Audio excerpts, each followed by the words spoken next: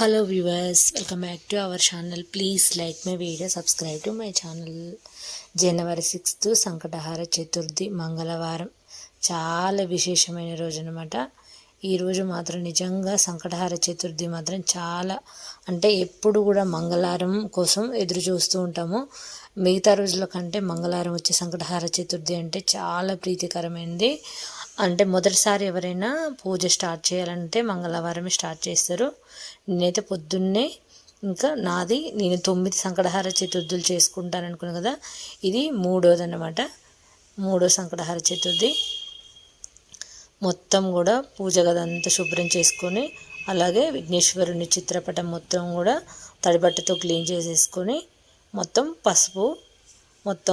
పసుపు గణపతిని చేసేసుకొని, అలాగే గంధము కుంకుమలతో బొట్లు అలంకరణ చేసుకొని, పూలతో అలంకరణ చేసి ఇంకా దీపారాధన అయితే చేసుకుంటున్నాను. ఇంకా దీపారాధన చేసుకున్న తర్వాత పసుపు గణపతిని ఒక తమలపాకులో తీసుకొని పసుపు గణపతిని చేసుకొని మనం ఆ విఘ్నేశ్వరుని పటం ముందు పెట్టేసుకోవాలి.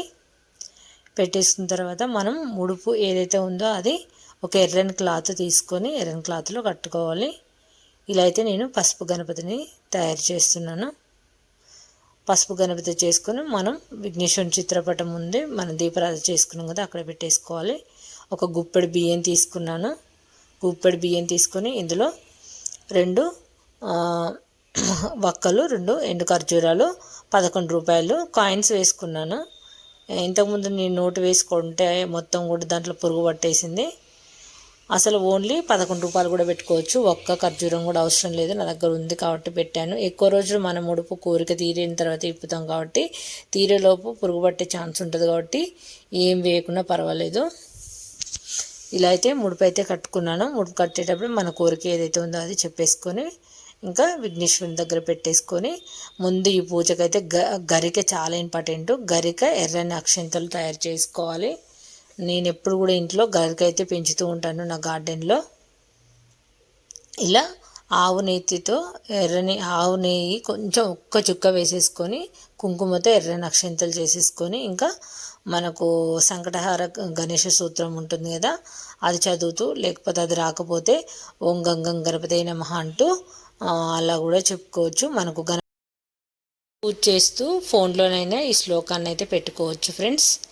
తప్పకుండా ఈవినింగ్ అయినా చేయండి. నేను అందుకే పొద్దున్నే ఒకటి షార్ట్ కూడా పెట్టాను, ఎవరైనా చేసుకునే వాళ్ళు ఈవినింగ్ అయినా చేసుకుంటారని చెప్పేసి. ముందే ఇంకా ఇక నుంచి ఎప్పుడైనా ముందు రోజు చెప్పాలనుకున్నాను కానీ కుదరలేదు చెప్పడానికి. ఈరోజు అయితే నా పూజ ముడుపు అయితే ఇది. పూజ కంప్లీట్ అయిన తర్వాత ఇలా హారతి సమర్పించుకొని ఇంక ఈరోజు కుడుములు చేశాను. అవి ఇంకా నేను పిల్లలు వెళ్ళిపోయిన తర్వాత చేశాను కాబట్టి మీకు వీడియోలో కనిపించట్లేదు. ఓన్లీ ముందైతే కొబ్బరి కాదు, సారీ ఫ్రెండ్స్, బెల్లం ముక్క పెట్టాను అంతే. మీ దగ్గర ఏమైనా ఫ్రూట్స్ ఉంటే కూడా పెట్టుకోవచ్చు. నేనైతే ప్రతిసారి సంకటహార చతుర్థికి మాత్రం ఖచ్చితంగా కుడుములు అయితే చేస్తాను. ఈవినింగో కానీ మార్నింగో కానీ. ఇది పొద్దున్నే చేసుకున్నాను కాబట్టి పిల్లలు వెళ్ళిపోయిన తర్వాత మాత్రం నేను కుడుములు చేశాను.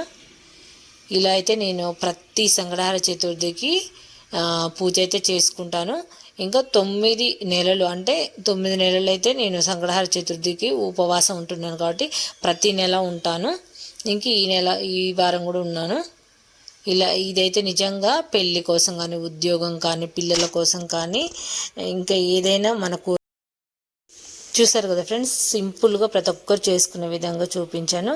ఈ వీడియో నచ్చితే లైక్ చేయండి, ఛానల్ని సబ్స్క్రైబ్ చేసుకోండి. ఇప్పటివరకు మీరు చేయకపోతే కనీసం ఈవినింగ్ అన్నా దీపారాధన చేసి విఘ్నేశ్వరునికి గరికైనా సమర్పించి మీ కోరిక ఏదైతే ఉందో అది చెప్పుకోండి. అంటే ముడుపు కట్టాలంటే ఖచ్చితంగా ఉపవాసం ఉండాలి కాబట్టి మీరు ఇదైనా సాయంకాలం చేసిన చాలా పుణ్యఫలం అయితే ఉంటుంది. వీడియో నచ్చితే లైక్ చేయండి, ఛానల్ని సబ్స్క్రైబ్ చేసుకోండి. థ్యాంక్స్.